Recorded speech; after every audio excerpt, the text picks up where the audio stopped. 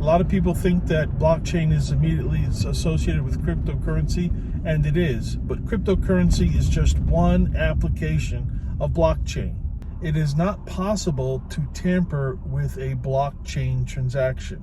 In this video, I thought I would talk about blockchain and its many uses in the future. So, as you know, or may not know, blockchain is a way of remembering data, more specifically remembering transactions, anything transactional, to prove that something took place. And what's powerful about blockchain is when someone doubts that something actually took place, there is a blockchain there to prove it. Although it hasn't happened quite yet, I believe that blockchain will play a major part in finance, in buying and selling, so that people can prove that they actually purchased something. It'll also come very, very handy in the ownership and titling, whether it be titling cars, titling of property. It will be extremely valuable to prove that somebody actually bought something. It would be very, very helpful in the area to prove ownership of something. And it will also prove to be very valuable to show evidence. It will soon be something admissible in a court because it's publicly accepted. For the most part, now I'm not a lawyer or anything, I'm a technician, but in a court, things are generally accepted as being true if there's material evidence. Okay? For example, if somebody was murdered, if they find the body, right, that's material evidence. There's no doubt that that person has been murdered because they found the body. Well, the same thing can also be true when we're talking about blockchain. Okay?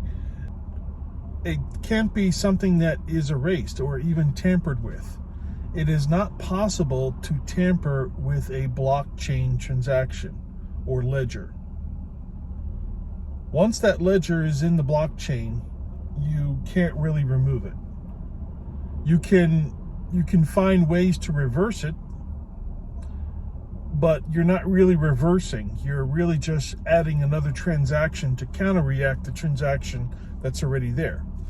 The United States did a very, very interesting thing where there were these ransomware players that managed to get these major companies to pay them millions of dollars to supposedly unencrypt all of their files, that they actually turned around, encrypted, and then charged the companies millions of dollars for the decryption or unencryption of those files. After the ransom was paid, of course, the government was trying to find some way to get that money back.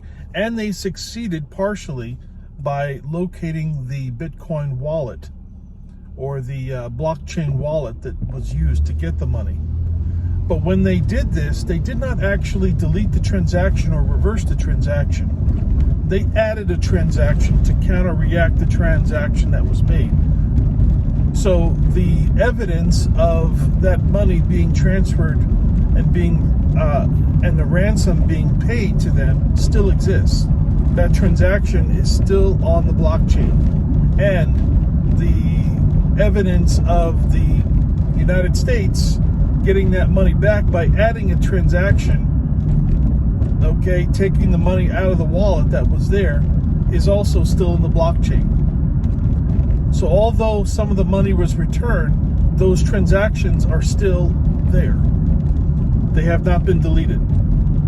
So, with that in mind, there is all kinds of applications wherever you have a system where you cannot lose or tamper with the evidence or tamper with information that it contains. In some future videos, I'm going to go into some detail as to how that works. Here it is in July 2021, and we've only hit the tip of the iceberg as far as blockchain applications go. So look forward to different types of applications. Look for it in court systems. Look for it in government. There's a lot of talk about other entities, financial entities, developing their own blockchain or cryptocurrency. A lot of people think that blockchain is immediately associated with cryptocurrency, and it is. But cryptocurrency is just one application of blockchain. Blockchain has lots of different applications. The banks are trying to find a way to get their own cryptocurrency. Different governments are going to be having their own cryptocurrency. I'm waiting for the United States dollar to have its own cryptocurrency where physical dollars will no longer exist, or at least won't have any value.